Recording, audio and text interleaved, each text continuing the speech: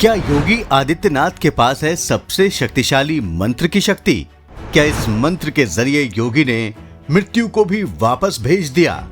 क्या इस मंत्र के जरिए योगी ने अपने गुरु को जिंदा कर दिया? क्या इस मंत्र के कारण ही शत्रु योगी का कुछ नहीं बिगाड़ पाते? दोस्तों, गोरक्ष पीठ के महंत और वर्तमान में उत्तर प्रदेश के मुख्यमंत्री योगी आदित्यनाथ के पास एक ऐसे मंत्र की शक्ति है जो उनकी गुरु परंपरा से चली आ रही है।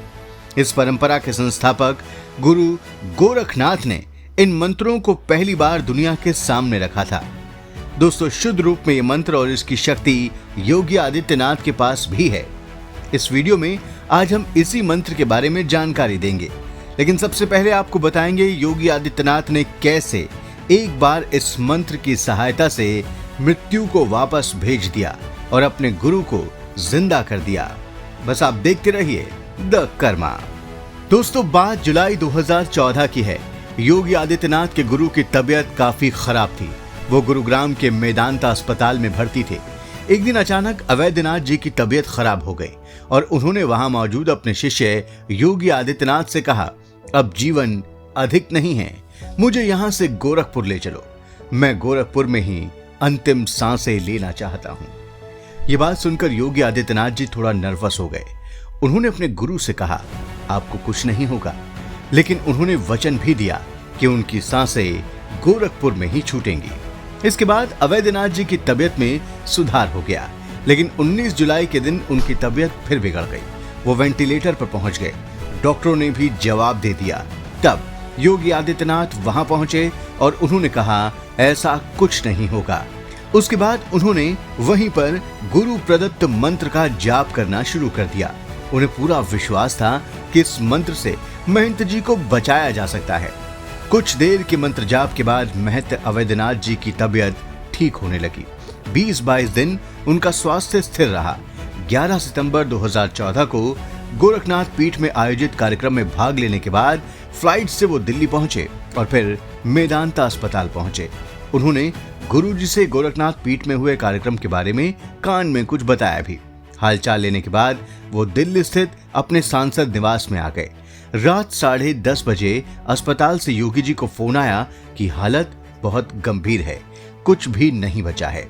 वो तुरंत अस्पताल पहुंचे। उन्होंने गुरुजी को वेंटिलेटर पर लेटे देखा। उनके शरीर में जीवन के लक्षण नहीं थे, लेकिन योगी आदित्यनाथ जी ने एक बार फिर गुरु प्रदत्त उस विशेष मंत्र का जाप करना शुरू कर दिया। मंत्र जाप के करीब आधे घंटे बाद ही वेंटिलेटर पर लेटे अवैधनाथ जी के शरीर में हलचल हुई। मंद पड़ गई उनकी धड़कनें अचानक तेज हो गईं।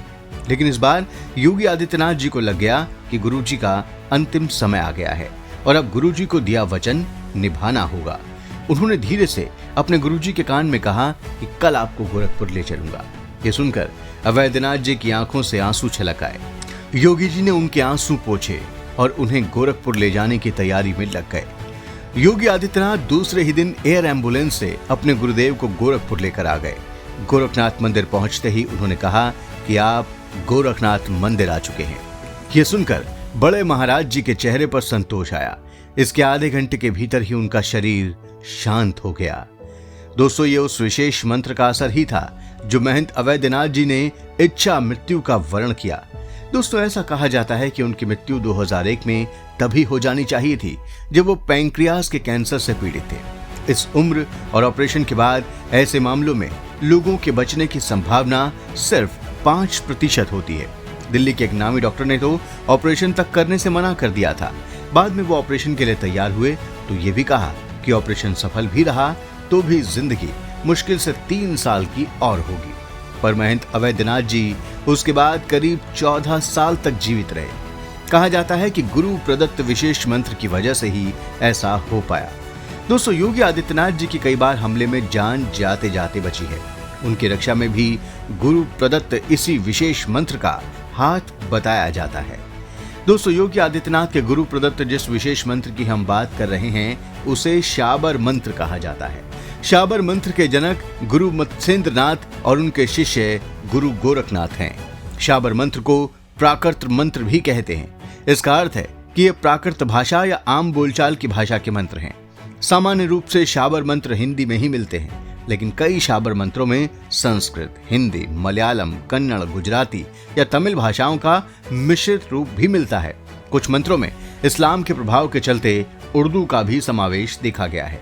खास बात यह है कि सरल होने के साथ शाबर मंत्र अमोघ होते हैं। मंत्र का प्रयोगकर्ता यदि भक्त है तो वो देवी या देवताओं को धमकी देकर भी काम करवा सकता है।